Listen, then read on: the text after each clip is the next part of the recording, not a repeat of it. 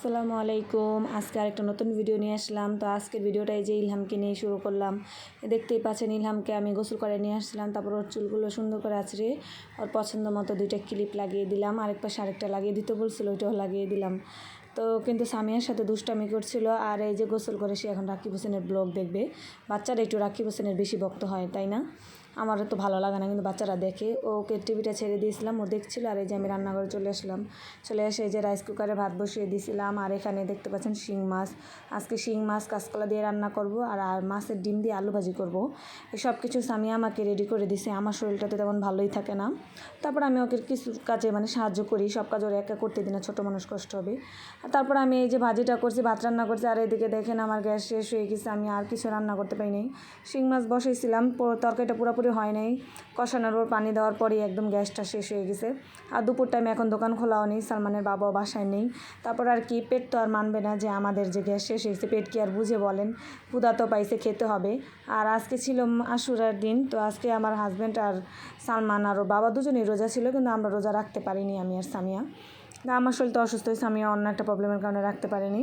তো তারপর কী করুম, 2 বোন মিলে ভাবলাম যে একটু মরিচ পেঁয়াজ ভর্তা করি। আর ওই যে মাছের ডিম দিয়ে যে আলু ভাজিটা করছিলাম, ওইটা আছে, ওইটা আমার খুবই পছন্দ। তো এগুলো দিয়ে আমাদের দুপুরে খাওয়া হয়ে যাবে। যা আছে তা দিয়ে তো চালাতে হবে। এই তো এখানে আমি ভাত নিয়ে যে সামিয়াকে দিচ্ছিলাম যে তুই নেই আর আমিও খাই। ঝাল ঝাল আমাদের মতো কারা ঝাল ঝাল, যারা একটু ঝাল খেতে পছন্দ করে আমাদের মতো, তারা এই যে ভর্তাটা কিন্তু তাদের খুবই ভালো লাগবে। আর সামিয়াকে আমি মাছের ডিম দিচ্ছিলাম। আর ইলহাম তো খেতে যাচ্ছিল না, তাও জোর করে খাইয়ে দিছি। তারপরে এই তো বিকালবেলা রেস্ট নিয়ে সন্ধ্যার প্রায় আগে চলে আসলাম। আজকে তো ওই যে বললাম না, সালমান আর ওর বাবা রোজা আছে, তো ইফতারের আয়োজন করছিলাম। গ্যাস তো নাই, এখনও সালমানের বাবা আসে নাই। ফলগুলো আগের দিন রাত্রে নিয়ে আসছিলো, ওইগুলো আমি কেটে নিচ্ছিলাম। আর এখানে একটা ফজলি আম না এগুলো আমি রূপালি আম কাটছি, সরি। কিন্তু তারপর আমি ফজলি আম কাটছিলাম। ফজলি আমগুলো কিন্তু একেবারেই পাকেনি, কাঁচা ছিল। আর এখানে ড্রাগন কাটছিলাম। ড্রাগন কিন্তু আমার অনেক পছন্দের। আমার মতো তোমরা কারা কারা ড্রাগন পছন্দ করো? আমি আর ইলহামি বেশি পছন্দ করি, আর কেউ পছন্দ করে না। তো যারা ড্রাগন পছন্দ করো কমেন্টে বলে যেও। আর তারপর তো এই যে সন্ধ্যা হয়ে আসছে, কিন্তু সালমানের বাবা এখনও বাসায় পৌঁছায়নি। দোকান থেকে আসতেছে, ফোন করছে, তাই গ্যাসের বোতল আনা হয়নি। তাই আমাদের আর আজকে ইফতারের কোনো কিছুই ঘরে তৈরি করা হয়নি।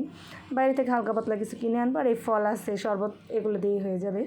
তারপর তো এই যে আনারসটা কাটছিলাম, আর দেখি যে আনারস লাল হয়ে যাচ্ছিলো, ওই যে আগে যে ড্রাগনটা কাটছিলাম এই জন্য। তারপর বটিটা একটু সুন্দর করে ধুয়ে নিলাম, ধুয়ে আবার আমি আনারস কাটছিলাম।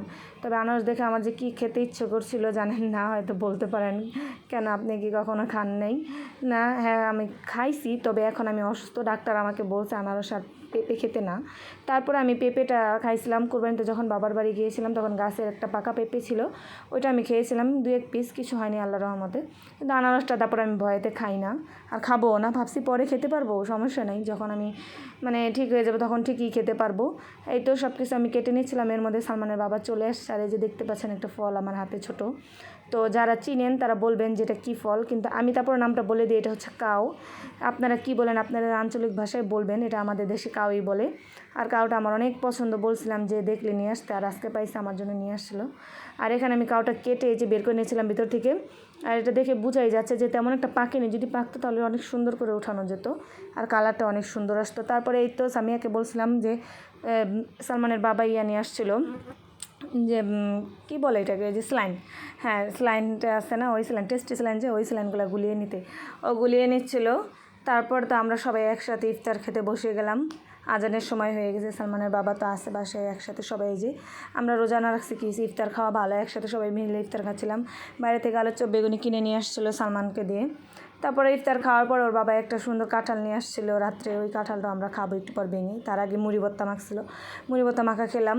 সালমানের বাবাই মুড়ি ভর্তাটা মাখাইছিল। আজকে দেখেন কেমন ঝরঝরা, কারণ ওই যে ঘরে তো কিছু ছিল না, এই জন্য মুড়ির ভর্তাটা এমন ঝরঝর হয়েছে দোকানের কেনা জিনিস দিয়ে। তো ভিডিওটা ভালো লাগলে সাবস্ক্রাইব করবেন, আর লাইক শেয়ার করতে ভুলবেন না।